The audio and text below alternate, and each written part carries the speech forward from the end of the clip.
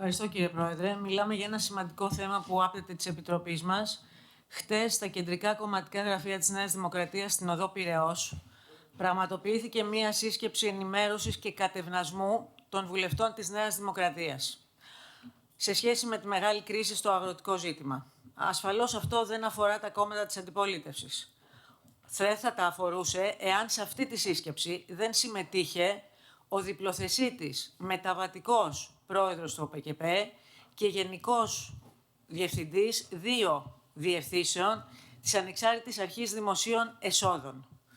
Ένας άνθρωπος που την ώρα που οι αγρότες είναι στο δρόμο, εξαπατημένοι και εξαθλιωμένοι, με αστοχίες στις πληρωμές επαναλαμβανόμενες, με τον ΟΠΚΠ σε επιτήρηση και στα ραντάρ της Ευρωπαϊκής Επιτροπής, ο οποίος εμφανίζεται ελάχιστα στον ΟΠΚΠ σύμφωνα με μαρτυρίες των υπαλλήλων του και ο οποίος δεν θα έπρεπε να έχει ώρα για να κοιμηθεί και να φάει, τρώει πάνω από 2 ώρες για να συμμετέχει στην επιχείρηση κατευνασμού των εσωκομματικών προβλημάτων της κυβέρνησης. Το κράτος λάφυρο και οι κρατικοί αξιωματούχοι όργανα στο σχεδιασμό της κυβέρνησης.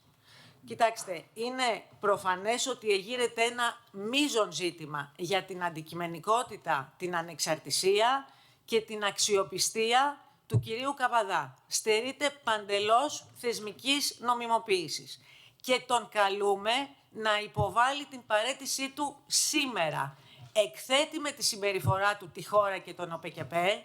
Η Ευρωπαϊκή Επιτροπή παρατηρεί τον ΟΠΚΠ, ο οποίος είναι, επαναλαμβάνω, σε επιτήρηση. Οι πληρωμές έχουν τεράστιο πρόβλημα και αυτός ο κύριος, αντί να είναι στο γραφείο του νυχθημερών για να λύσει τα προβλήματα των αγροτών και του ΟΠΚΠ, συμμετέχει στα εσωκομματικά της κυβέρνησης. Καλώς. Δεύτερον, κύριε Πρόεδρε. Ναι, παρακαλώ όμως να μείνουμε στα θέματα και επαναλαμβάνω. Είναι θέμα. Είναι μείζον θέμα αυτό. Μπορεί να γίνει είναι μείζον θέμα και συνδέεται. Έχουμε τη διαδικασία της εξεταστικής όμως. Παρακαλώ, Πρόεδρε, στα θέματα της διαβάσατε το σκοπό για τον οποίο συναισθήθη η Επιτροπή μας. Είναι η αξιόπιστη λειτουργία του οργανισμού. Αυτός ο άνθρωπος δεν μπορεί να υπηρετήσει την αξιόπιστη λειτουργία